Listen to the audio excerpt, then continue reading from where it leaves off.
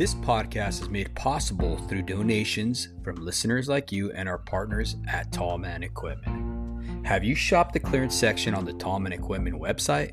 When the folks at Tall Man need to make room on their warehouse shelves, that means big savings for you guys, from power tools to dynamometers and much more. Check Tall Man Equipment's clearance page on their website at www.tallmanequipment.com, shop clearance, and save some big bucks today. Goalie Ashwa Gummies. You can find them at goalie.com. These gummies are a holistic, non-habit forming approach to help you relax, restore, and unwind.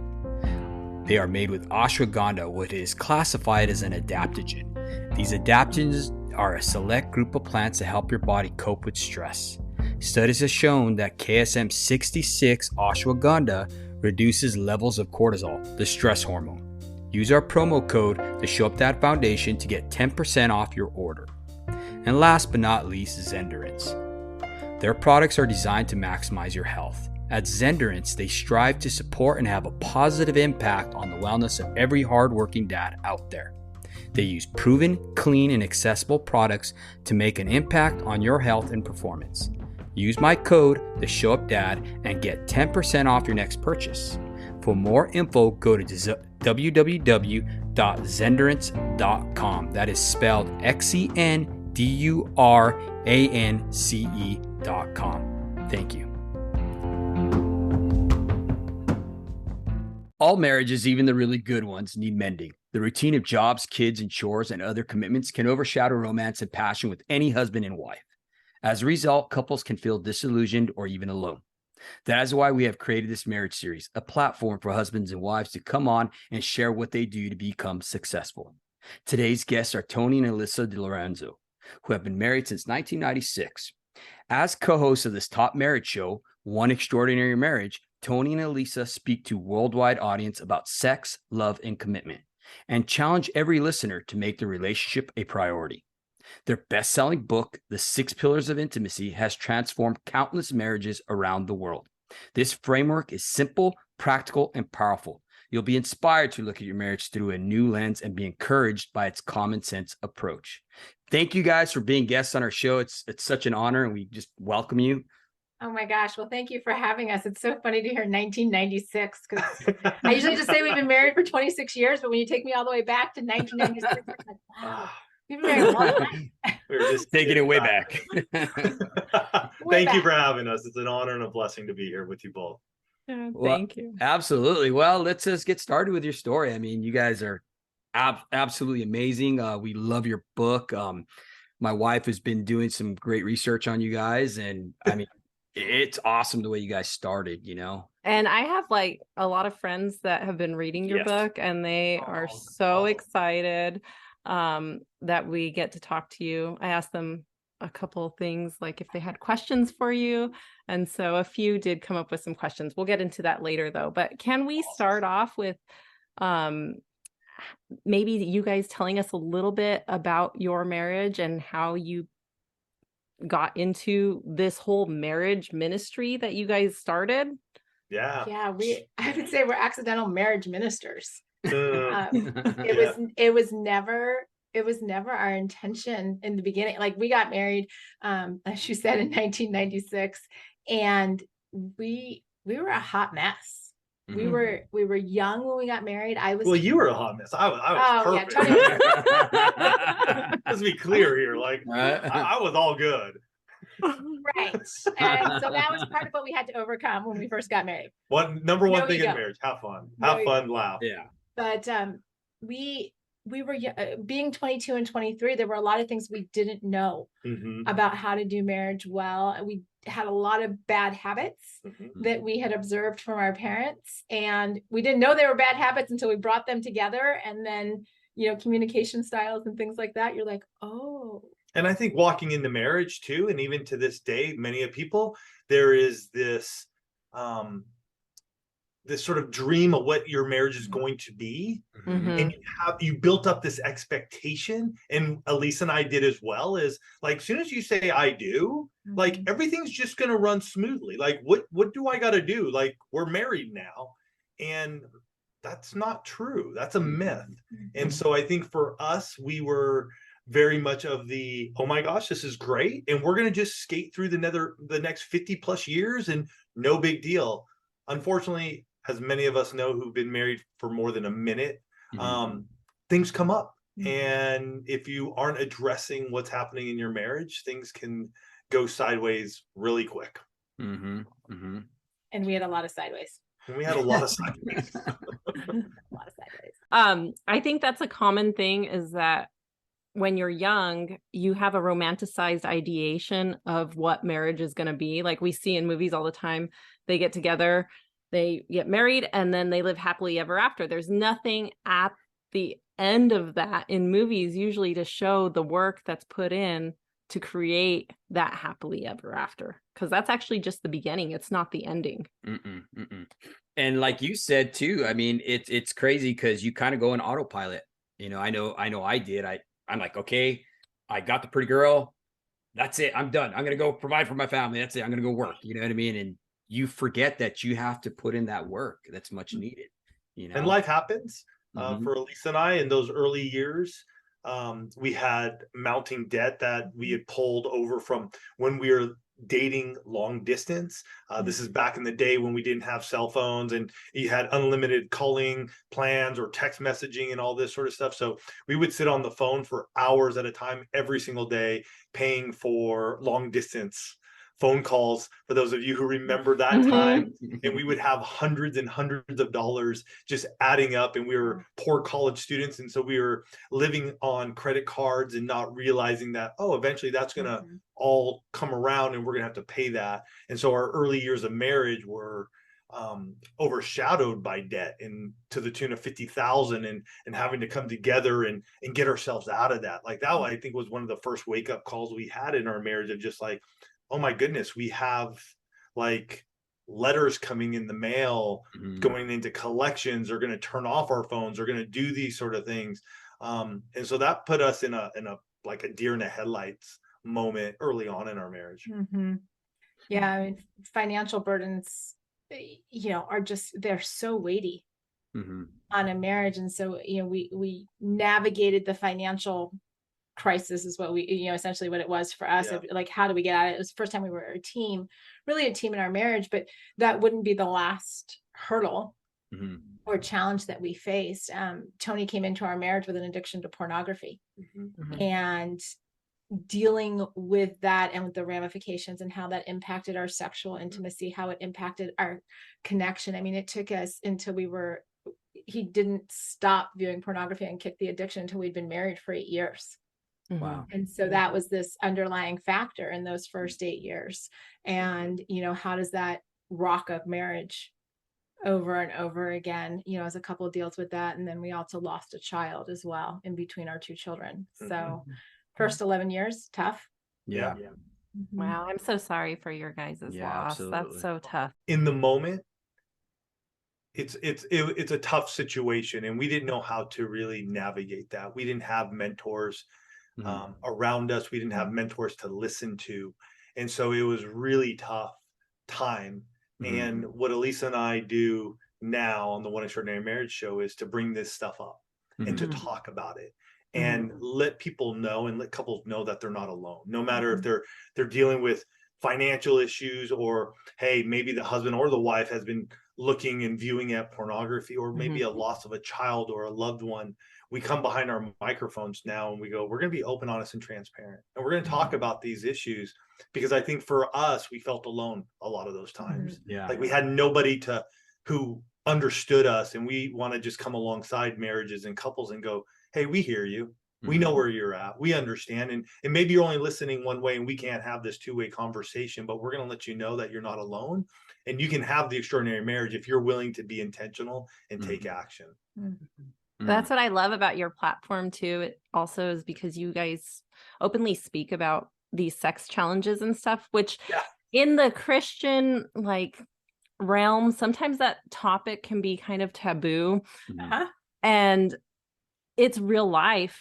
Like it's in the Bible to do these things. You know, there's a whole Songs of Solomon is all about it, you know, but we really need a more healthy approach to marital sex, because like you said, pornography is kind of teaching a lot of people wrong things about it. And young men and even women are growing up with these ideas that aren't necessarily true. And they're not even accurate physically, like the physiology on how we fit together isn't exactly accurate. Well, and I think the church collectively has done a really good job about telling people not to have sex.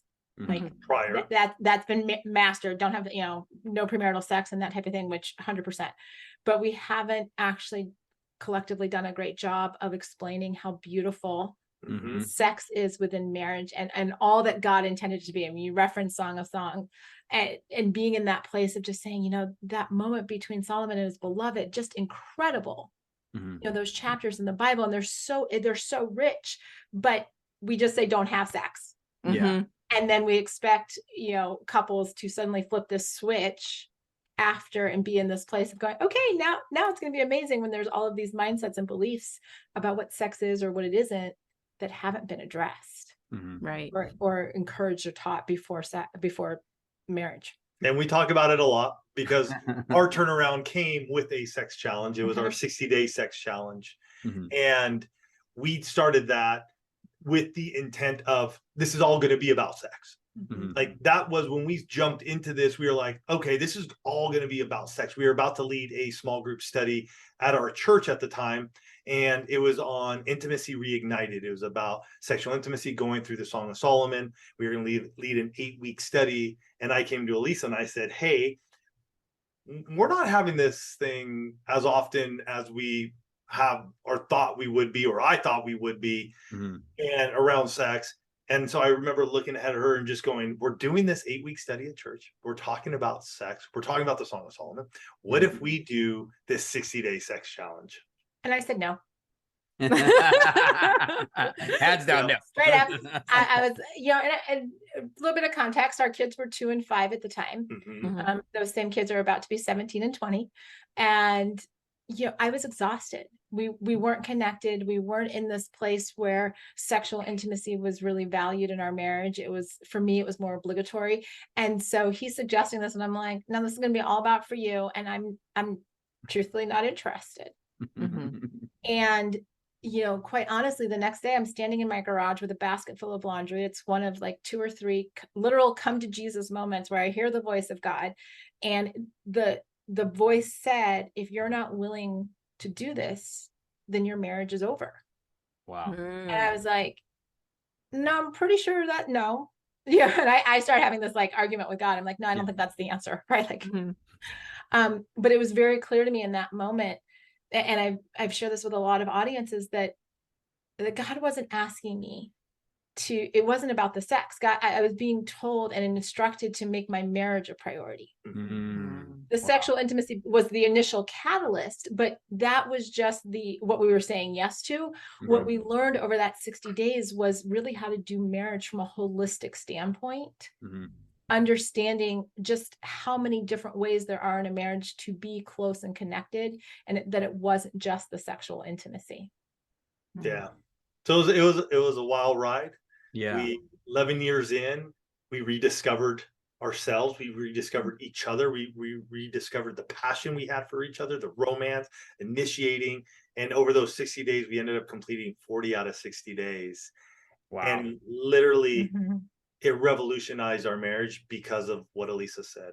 We prioritized our marriage. And it was the first time in a long, long time that we said, you know what? Everything else will happen. Everything else will still do its thing. And we got littles and volunteering in church and work, and all that's going to happen. And yet, if we don't prioritize this marriage, we're not going to have it. And so it's been that catalyst that has now led us on this journey where we have the One Extraordinary Marriage Show, 6 books that we've written, our bestseller, The 6 Pillars of Intimacy, and so many other things that we get to do to share with couples. Wow.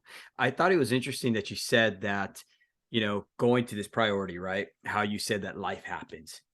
It's so true, because you get so busy. I mean, you're doing your thing, being a husband, a provider, and stuff like that. And then she's being the provider at the house, right? 2 different jobs, both equally important. And you do get burnt out, if you don't make it a priority. It was a big old wake up call. Yeah, for sure. Wake up call. What do you think, Jenny? I think, well, I kind of want to back up a little bit, and I want to know, what was the thing like that created this desire for you guys to make a change in the marriage? What happened? Did you guys hit rock bottom? I mean, did you guys just decide, oh, our marriage is like blah, it's bland? What was the catalyst for this crazy, new, probably exciting challenge? Yeah. We were in a spot. I think we were looking at 3 different things. One, we were blah. It had plateaued, and it was actually going downhill. There was no closeness or connection in any of the pillars. It was just doing life, co-parenting our kids, and making things work. It was very blah. It was what I would say. And I don't think that was ever our expectation when we got married. No, I didn't get married to be Tony's roommate. I got married to be his wife and his lover. And so being in this place where, and now mind you, this was, 15 years ago. So this was before co-parenting was even a term. But that's what we were doing. We raised our kids together, and there was nothing else that we were doing together except, we'd sleep in the same bed. And we'd go through our day, but there was no like, oh my gosh, I actually like you and I want to spend time with you and you're fun and I'm flirting, like none of that. And that was what the catalyst was, because we knew we only had a few options. Yeah. And so when we were looking at it, the options were stay married until the kids turn 18, get divorced. And we're seeing that happen more and more right now. Yes. Yeah. It's unreal. I never thought that would be where we would be at this point in time, but it is our desire to help those whose kids are leaving to find the passion, find that they have a love for one another and continue with their marriage. So one was that wait till the kids turn 18, call it good. We'll rock and roll at that point in time. We'll call it good and do our thing. 2, we get a divorce now, just call it good at this point in time. And then we'll go on our separate ways. Or 3, we're going to get radical. And doing the challenge was, we're going to get radical. It wasn't that either of us were addicted to anything or we hit like rock bottom, but inside, I think we were both a bit dead. I think we were both just not fully living the life that God had called us individually and together in this marriage. And so that's where the catalyst was. And doing that small group study, I think, was just one of the little things, little perks that I think God just sort of threw in there, and going, all right, do this small group study. And you're going to have folks around there, couples that we still know to this day that we shared, and they encouraged us throughout that whole challenge, and were beside us and still are friends with us to this day, and had cheered us on then. So built-in accountability partners. That's awesome. So important to have those. I'm interested, Alisa, right? Is how I say your name? Okay. Alisa, with you being hesitant to go into the challenge, what did you learn about yourself through those 60 days? That's such a great question, Jenny. For me, I learned a lot about what it means to make marriage a priority. I actually rediscovered the fact that I enjoyed having sex with my husband. I learned how. But that came through us really diving into our emotional intimacy again, like engaging one another. Yeah. Right. And that's all part of the process, because, the sexual intimacy was the catalyst. But, like I've shared with people before, you can't have sex every day and not be having conversations. Like there are a whole bunch of other things that go on. What does it look like to not pick the little fights, because it's just not worth it? The little, annoyances, like who's got to bring in the trash can? I'm like, who cares who brings in the trash can, or who cares who washes the dishes? The sooner we get it done, because the kids were still little, the sooner we can get to bed, and then we can enjoy one another. I learned that. And that went both ways. It did. Yeah, that actually absolutely did. That went both ways. Instead of having like these chore wars, like who's going to get what done and when is it going to get done, and all the scorekeeping, that all went by the wayside at that point in time. Because together we were like, no, we both want to do this. And is it worth me sitting around and not helping. Even though I had another business I was running, I was out all day. I would get home and be like, okay, I'm going to shower. We're going to spend time together as a family. And as Alisa's getting maybe the kids ready for bath time or whatever, I was just like, I'm going to just clean up the house. Like, she's been here all day. Yeah, but there's still stuff that I was playing with the kids. Let's clean up. Let's get this stuff gone. So that way, when their kids were in bed, we could connect.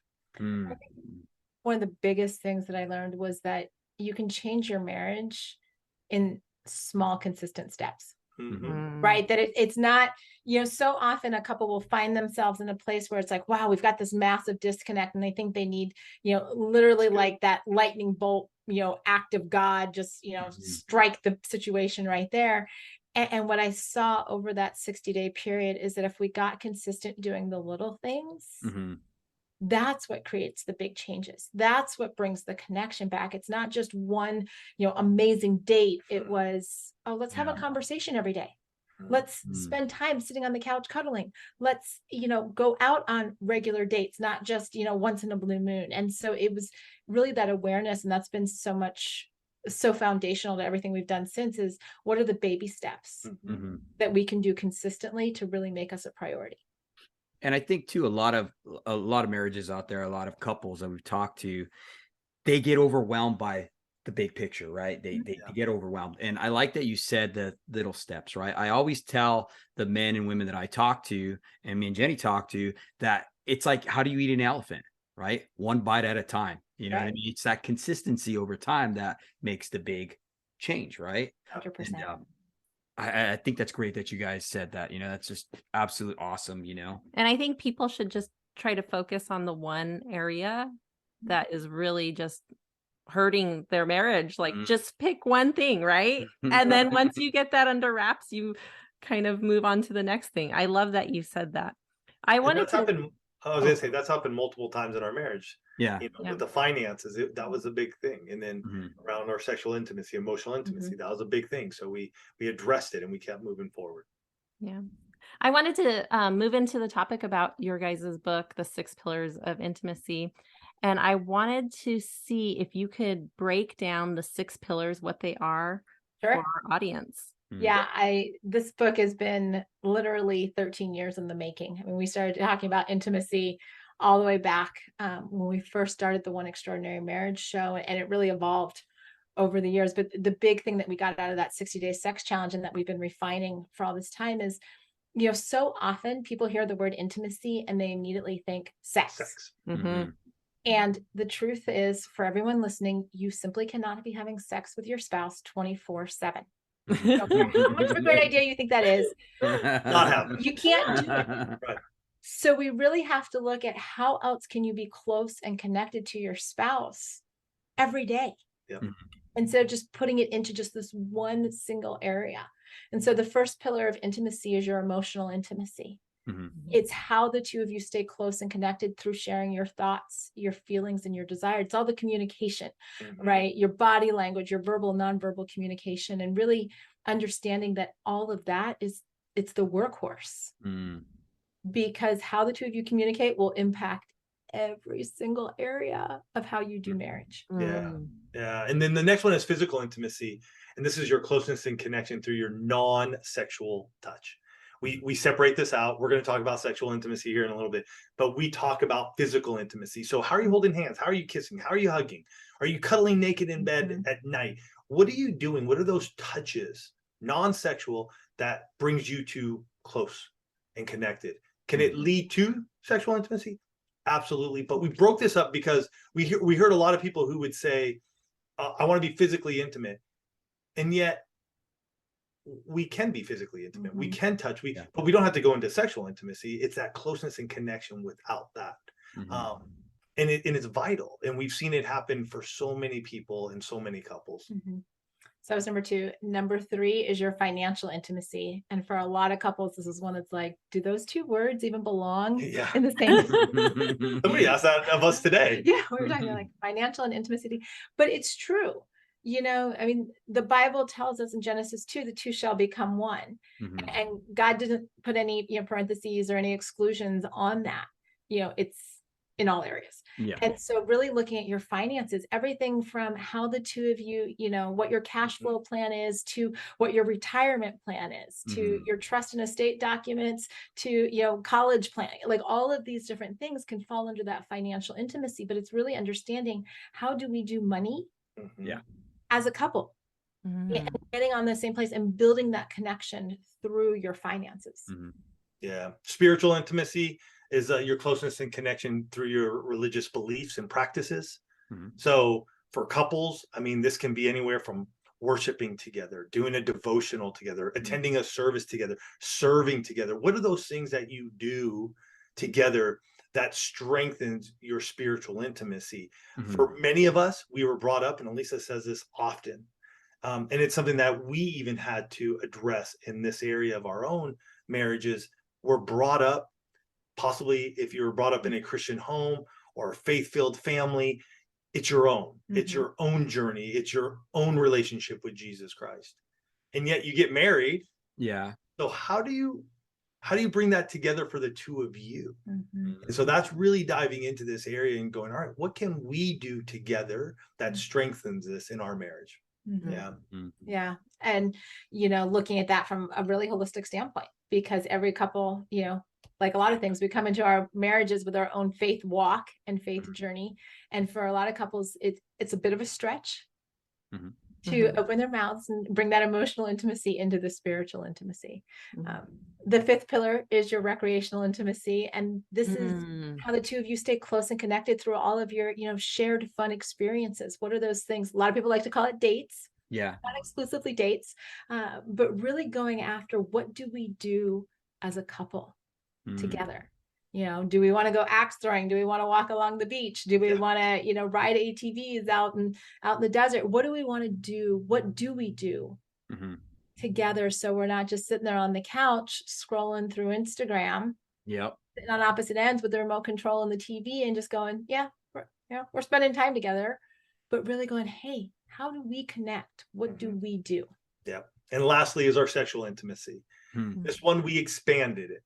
And this is something we learned over the years as well. Sexual intimacy includes your romance, your initiating, your foreplay, and your sexual intercourse. And so we are really, over the years of just hearing from couples in the one family, just understanding that sexual intimacy isn't just the act of sex. What are we doing? How are we romancing? What's initiating look like? What does foreplay look like? And allowing us to expand that has helped us and many others to go, oh, wow. It's not just what most people will throw out and we've shared here. It's not just intimacy. Yeah. It's sexual intimacy. And that encompasses those 4 different areas. And how are we strengthening our marriage and that pillar by looking at each one of those? When you guys have this test, right, to see where you're at in your the quiz. Yeah. The quiz, right.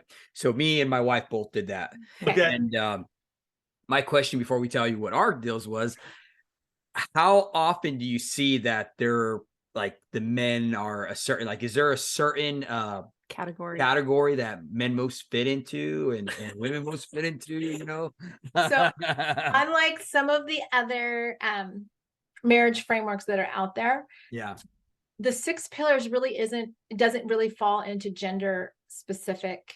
Okay. And I've coached, hundreds and hundreds of couples over the years. And it's not just like, the assumption might be that women are really strong or really desiring of emotional intimacy and men are on the opposite side and really desiring of sexual intimacy. And so that's and a big part, you guys, of why we designed not just the quiz, but the framework is because we didn't want the pillars to be an identity. We wanted them to be a foundational piece that couples could say, hey, you know what? All 6 of these are important. You may feel more closely connected in one pillar or another, but it doesn't mean, like, let's say, Jenny, you feel, most closely connected in the emotional intimacy pillar. It doesn't mean that the sexual intimacy pillar doesn't exist. Right. And it's not important. It's just where you feel connected. And that's an understanding piece, but that's not an identity. And we wanted to get away from couples taking on an identity and say, wait a minute, we do this thing called marriage together. Yeah. And all 6 of these pillars matter. Right. I like that. We're all about being on the same team. And so you can look at that and you go, this is where I'm strong. This is the one where I have strength It's like, cool, that's great. Your spouse may have another pillar that she or he is strong in. Great.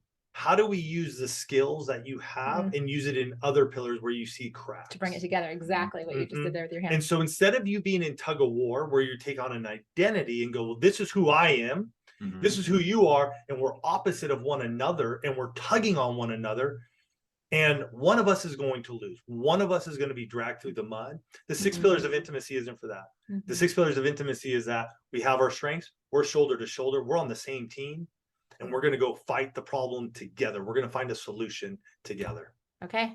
I love that. Yeah. Inquiring minds want to know. So I feel like it's so obvious. I'm definitely emotional intimacy. When I took the quiz, that was my strength, and it was obvious. That was sexual intimacy. Okay. Yeah. But it's not so much the sexual part. It's more along the lines of, like, I like touch, you know, even if it's not intimate touch or anything like that. Like, I like my back rubbed. Yeah. You know, so that's that physical intimacy part. Yeah. You know what I mean? You know, I just, even just being around her and her just putting her hand on my lap or whatever in the car, you know, while we're driving, you know what I mean? Just knowing that she's there, you know, and it's so much more. It absolutely is. And what I would share with the two of you is, and what I share with a lot of my coaching clients, is look at why those pillars matter so much to you. And really, as you're able to share that with one another and able to share why you think this is a strength and how this plays out, you can actually look at it and go, well, how do I apply this to the one that is most meaningful to my spouse? Right. And then it becomes this framework, you know, these foundational pillars that actually add strength to your marriage and make it more beautiful. I talk about it in the book. You know, there are certain characteristics of pillars, and 2 of them are that they add beauty and that they bring strength, and the third one is that they carry weight, right? And so that's what happens when you understand that about the 2 of you. Is there ever a point in time where you start to get to know these 6 pillars so well and identify them in your own life so well that you can thrive in all 6 areas? Absolutely. Absolutely. It's been really neat to see over the last couple of years, as we introduced this framework to the one family, how couples, and Tony says this so well, now couples have language to say what's going on in our marriage. And if we're not thriving in an area, we can name it and basically name it and claim it. Okay, if we got a crack in our financial intimacy pillar, what skills do we have? What tools do we need to make that strong so we can strengthen that pillar? And so couples now have this awareness to go, wait, we can do this. It's not this nameless, like, oh, we're disconnected and we don't know what to do. Right.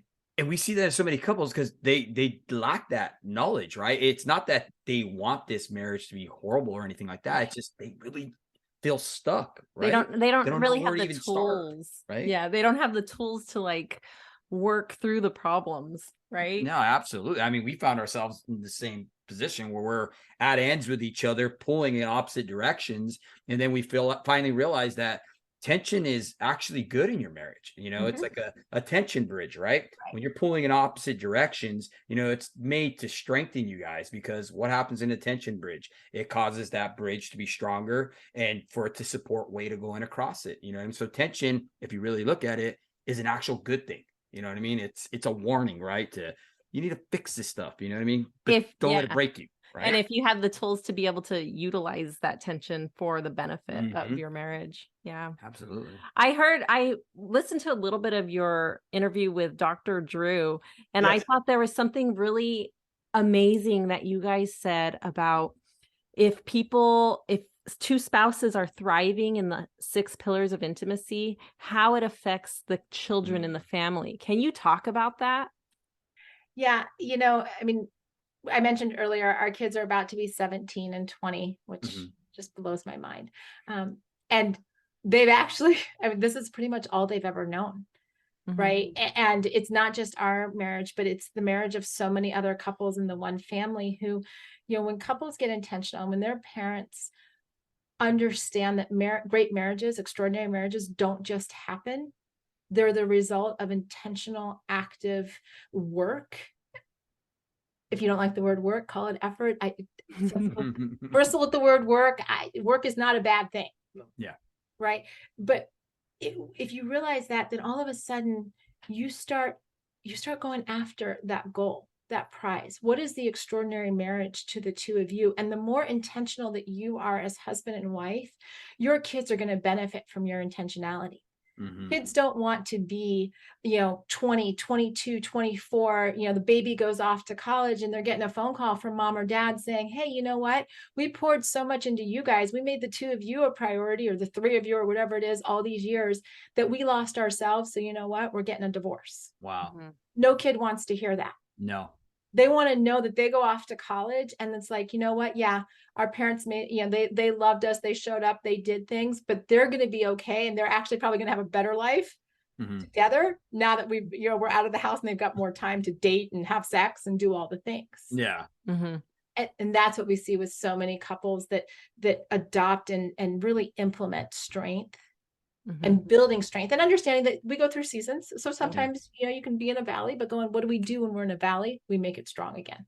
Mm-hmm. Even in our own kids' lives, I've seen the difference. And it's really interesting. My mom's alive. My dad passed.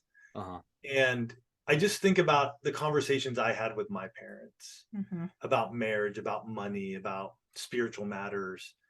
And it wasn't a lot. I rarely saw my parents even talk at times. I mean, they loved each other. They celebrated 43 years before dad passed away. And I know they loved each other. And yet they didn't really talk to me or my brother about like, what is this thing? What is marriage? What is this relationship dynamic and all of that, money and all these things. And so as Alisa and I, as our marriage got strengthened, it was easier for us to show our kids what it looks like through the good and tough times, being able to have fine conversations and also have arguments and know that we're not leaving one another. But then even to speak into their lives and talk about finances openly with them. What does that look like? We went through the Great Recession and lost everything. And so they were still younger then. So as they've grown up, just talking about what that was like and the tough times that we went through, but we never left each other's side. And now with the older one, he and I have a great relationship because I began to think about what's the legacy that we get to leave. What's our legacy? What are our children going to learn? And then as they begin to date and then get married and have kids, what are they going to be passing down? And what are we going to be able to continue to pour into them as they grow up as well? I like that your whole premise is based on intimacy, right? Now, intimacy, the way I've heard it described is into me see, you know what I mean? Just being totally transparent, right?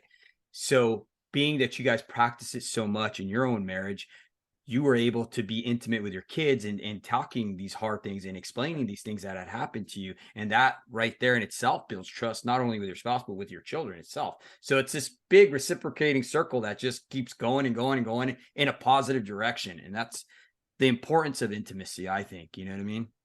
Yeah. Absolutely. And I think, one of the things I want to encourage everyone listening to this show is that you might not have been raised in a family that did this. Neither one of us were. Yeah. The conversations that we have with our kids were definitely not passed down. No. It has been a learned skill. And so I want to encourage every listener, don't just write it off, your ability to speak into your kids' lives. Don't write off your ability to, be able to have meaningful, deep conversations with your spouse simply because you haven't been able to do it yet. Understand that literally where there's a will, there's a way.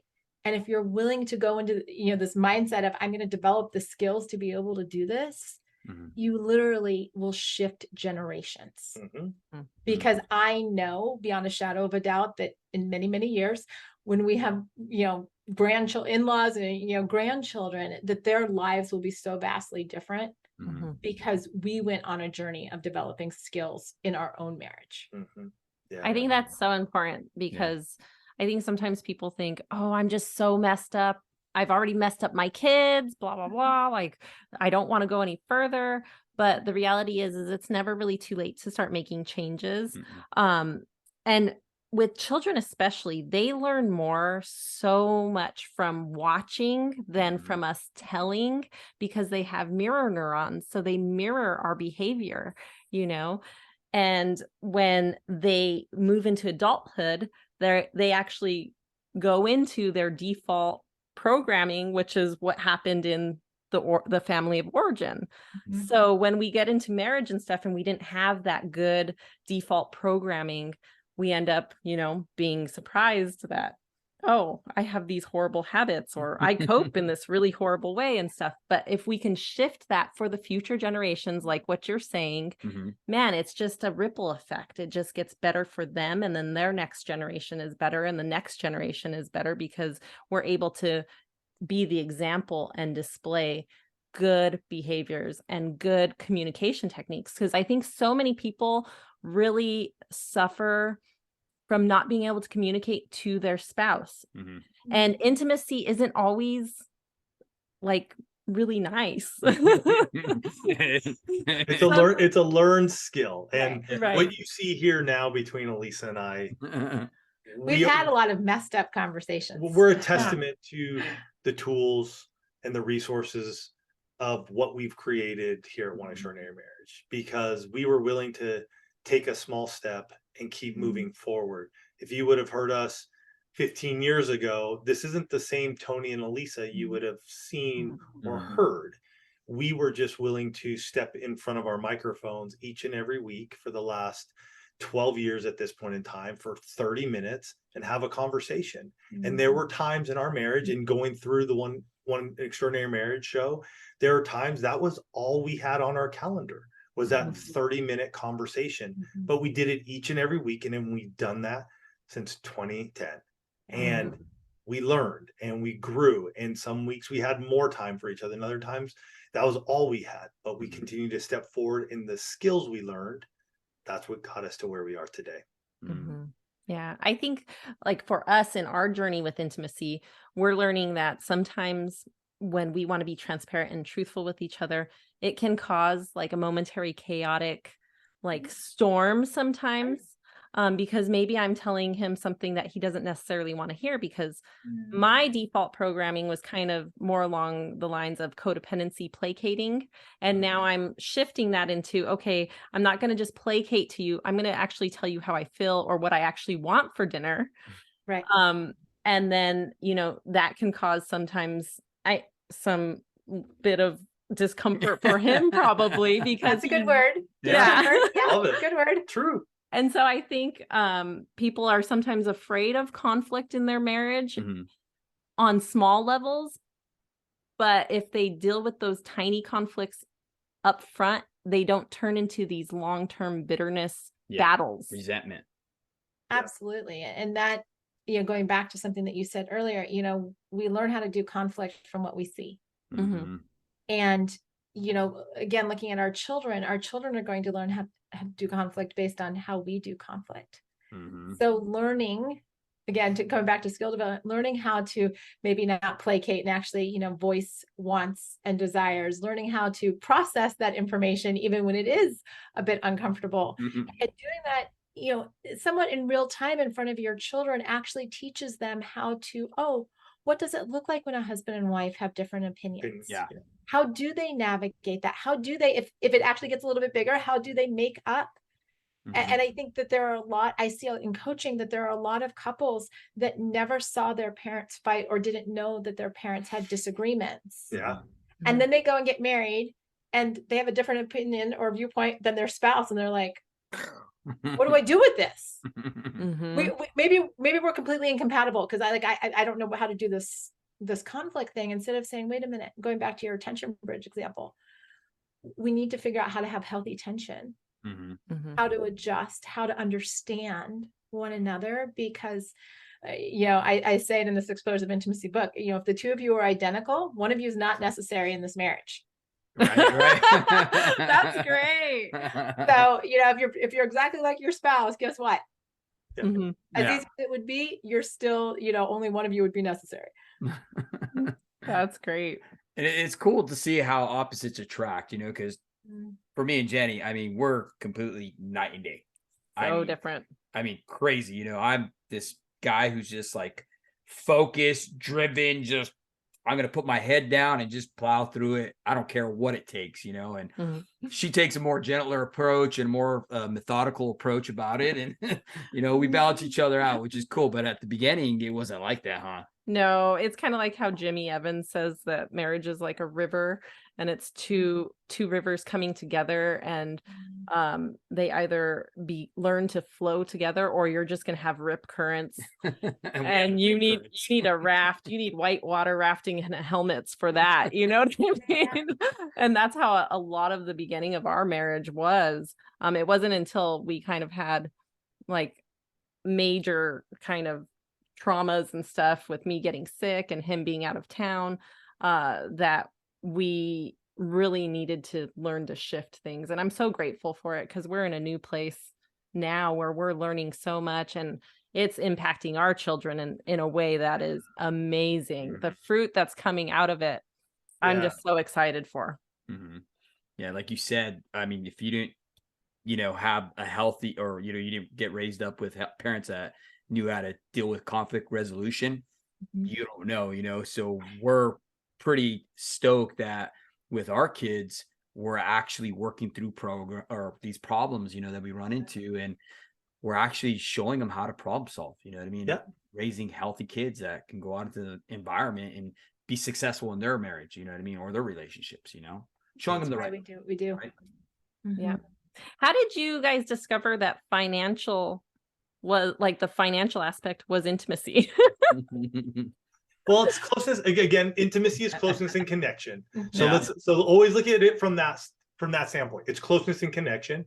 And so when you look at finances, you look at money, how are we close and connected around it? And it plays a big part in our marriages. So if we don't bring that into the fold, here's this big elephant in the room, literally, that nobody wants to talk about. Yeah. And it's not just our cash flow plan. I think many of us have just been sort of like, all right, well, we got debt, we got out of debt, we now have a cash flow plan or some sort of budget, we're good to go. And Alisa and I really looked at it and where we are in our own lives and our own marriage, going, well, there's retirements, there's insurance, there's wills, there are trusts, there are all sorts of different aspects of finances that are intertwined in our marriage. And we need to address those throughout the years. And we've seen a number of folks in our own family and those around us who have passed over the years, and some of them who've done it well and others who haven't. And so for us, as we speak to the one family, and for those of them who are older, looking at your financial intimacy from a standpoint of, do we have a will? Do we have a living testament? Do we have a trust? Are we protecting this? Are we leaving a legacy? Or are we going to just let the state take it all and hopefully something good happens with it, instead of going like, let's make this a pillar, because if we're in it, it's going to just make things go so much smoother than if we don't talk about it. I think it's great because it's an unexpected kind of category. But when you look at couples nowadays, I feel like it's so normalized for them to have separate banking accounts and such. And it really does kind of meld the family together. And when we see couples that don't have a bank account together, I know a lot of people that have gotten divorced. Yeah. And I don't know if that's just like correlation or one whatever aspect, or if that's related anyway, but I feel that it kind of is, because it allows you to kind of live your own life secretly if you want to, or do things that isn't approved through your marriage and stuff. What do you guys think about that? So, total transparency, we've had joint accounts since the very beginning, and it was probably because we didn't have any money, and so it was just easier to pool, $20 in one bank. account. Like, why have two accounts for $10 in it? Yeah. I do see, and 100% Jenny, I agree with you, that if finances are not commingled, and I'm not saying every account, like we have business accounts, we've had different business accounts over the years that have had to be, separate, one name only, that type of thing. But the household accounts, it kind of goes back to that scripture that says, where your treasure is, there your heart will be also. Yes. And I think that's very true when it comes to money and marriage. Money is often cited as one of, depending on who's doing the research, one of the top reasons why a couple gets divorced. And a lot of that is either the spending habits or secret spending. Yep. The hiding. And so bringing it together, it's a stretch. It's hard to make those adjustments, especially, you know, depending on how old you are when you get married and how long, you know, you've had your own money and what that looks like. But so much gets wrapped up into how do we spend our money?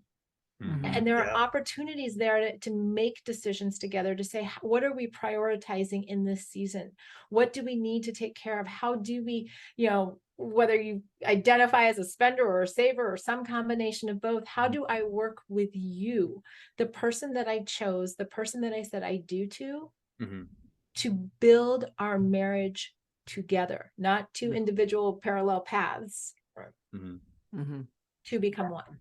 Yeah. And there's accountability, right? When we have money, in that one account, which is the household account, there's accountability to that. And in all financial realms, I mean, Alisa and I have been self-employed entrepreneurs for 18 years now. And so we've always had separate business accounts, but those have been, we run smaller businesses. So we both have eyeballs on it. Like there are different stages and different ways that you're working through this. And so a lot of it is, hey, if we're having issues, like, let's address them. Like, let's come together. What does it look like? Because there can be a lot of frustration around it if we feel like one spouse has control over all the money and one doesn't. And I want money to pay for the kids to go, you know, for me and the kids to go grab some food during the day while you're out at work, but I don't have access to that. A lot can happen because of money. And that's why we do talk about it, because you need to address it in the marriage. I'm going to switch gears real quick here because we're getting closer to the end. Tony, I've heard you talk about this before, but I did have a friend that wanted to know how to prioritize their spouse when there is so much pressure of other things in life, such as like a busy life, a job, so much stuff happening all around. How do you prioritize your spouse to be number one? Well, I think it's mindset. Like, first and foremost, it's mindset. And how do I prioritize? And Alisa and I have said this many a times. It's God, our spouse, our kids, our family, and then our work. And if we look at our lives like that God's first, spouse is second, kids, and we go on down the line, that's a shift, right? And so that mindset shift begins to go, okay, if things are starting, and again, it's not about time. I want to make sure people understand this very clearly. Like, when I had another business and I was working 40 to 60 hours a week, it didn't mean I was then spending 40 to 60 hours a week with Alisa and prioritizing her that way. I was finding time within my full schedule. Both of us would find time in that full schedule where we were being intentional and spending those moments together. What were those? And it could have been a half an hour, it could have been 2 hours, it could have been more, but it's not time for time. And a lot of people will do that. Well, you're spending 40 hours at work, you need to spend 40 hours with me.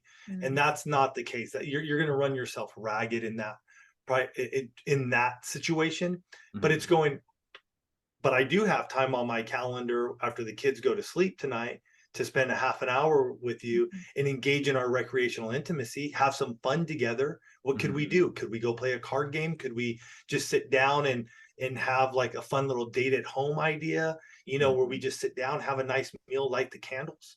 Some of our best times, some of our best memories come from that. And so I think it's mindset shift, and also knowing it's not hour for hour, but the quality, not the quantity, it's the quality. So get off the phone if you're with them, and it's like, we're spending time together. And Alisa and I can still get into that place of, wow, we're spending time together, but we're over here on our phones. Like, let's put these things away.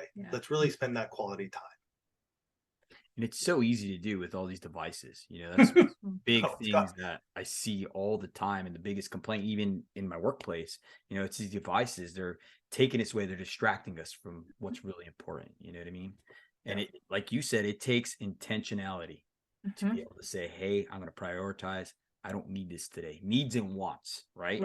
My wife needs this, but I want this. So I got to put her needs before. And that's dying to yourself. Yeah. Really, if you think about it. I think that kind of puts into perspective too, like, a lot of people think that their hobbies, they really need to be doing their hobbies over hanging out with their spouse because it like refreshes them or whatever. But I don't know why people have this idea that if you marry the right person, you don't really have to work at it or give them any attention and things like that, you know? Yeah. And we had a season like that in our own marriage. Oh yeah, we've done that. And so we've gone through enough and we share a lot of it on the podcast of just those seasons of that we've been in ourselves, and how do we reprioritize one another when we've gotten off kilter. That's the way I share and what we believe in. Doesn't mean that it can get tweaked. Yeah. So we have to address it and reprioritize and going, okay, what's going on here, and putting one another first after God. And one of the things I would say to that is when the marriage is really strong, you have time to do everything else. It's a whole lot easier to get time to go do your hobbies or to go hang out with friends or do whatever when this relationship is super strong, because out of the overflow, out of that abundance, life is so much easier. Everything flows. Wow, that's great. That's amazing. Well, Tony and Alisa, thank you so much for coming on our show. How can you share with our audience how to get a hold of you or anything like that if they have questions and your podcast? Yeah. We'll have it in the show notes as well. But I would say the best way to do is go to oneextraordinarymarriage.com. Okay. You can go there. Everything you need to know if you want to pick up the book, learn about the book, learn about the quiz, everything we talked about, go right there, oneextraordinarymarriage.com. You can learn about it all. Awesome. And once again, thank you guys coming on here so much. I know our audience is going to appreciate it. I know I did. Yes. Jenny. So much fun. I was so excited to have you on.